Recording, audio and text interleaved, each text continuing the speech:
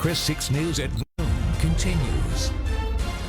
Hey, the Better Business Bureau's Jason Meza joins us now with information on rental scams that are popping up across Texas. And man, finding a new place to live is hard enough without having somebody try to take advantage of you. Correct. Scammers are luring consumers by low rents, great location, great amenities, and many times it starts on legit websites, say Craigslist or Zillow. But unfortunately, it ends up 43% of the time ends up being a scam or a fake. How much of a problem is this? I mean, are people really losing money to this kind of stuff? Yes, BBB has tracked about 1,300 scams the past 3 years where people have actually lost money, an amount over $400. It could be a first month's rent or a fake deposit, but regardless, people are losing the money. Yeah, and a lot of times you were telling me they go to these, they take a property that's not even theirs and advertise it on a website, right? They will hijack a listing. They will copy the photos and use it like their own and try to lure the consumer offline to a platform to have them wire the money directly to them. They've never owned the property. It's not even theirs. Yeah, and you send the money and they're gone. You never hear from them again.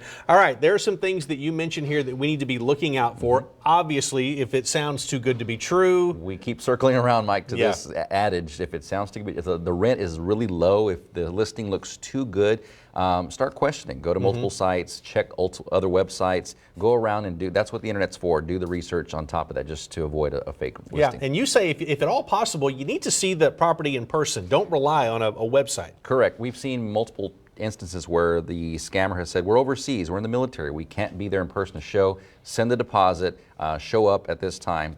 And again, the consumer shows up, they don't have the keys, there's nobody there. There's not even a property sometimes. And as soon as you let go of your money, that's it for you.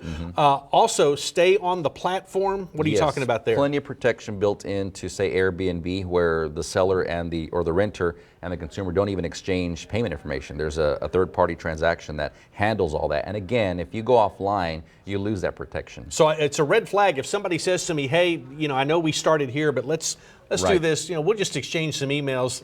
Sure. I need to pay attention. You might feel like you're helping them out, saying, yeah, no problem, I'll text you the information, or I'll send it through wire transfer. And again, that takes a lot of protection out. Yeah, and of course, you say that don't wire money to people you don't know. That's right. You don't know who's on the other end of that wire transfer. It could be anybody presenting false ID and then they're gone. And 0 to 5% of the time we see money come back to us through those means. Now, how important is it to report this stuff when it happens to you? We need to know.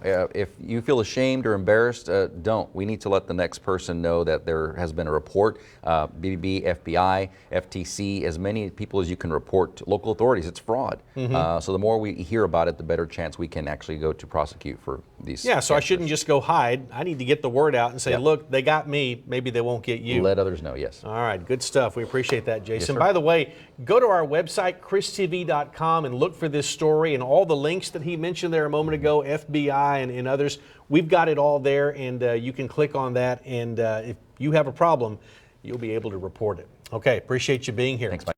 Hey.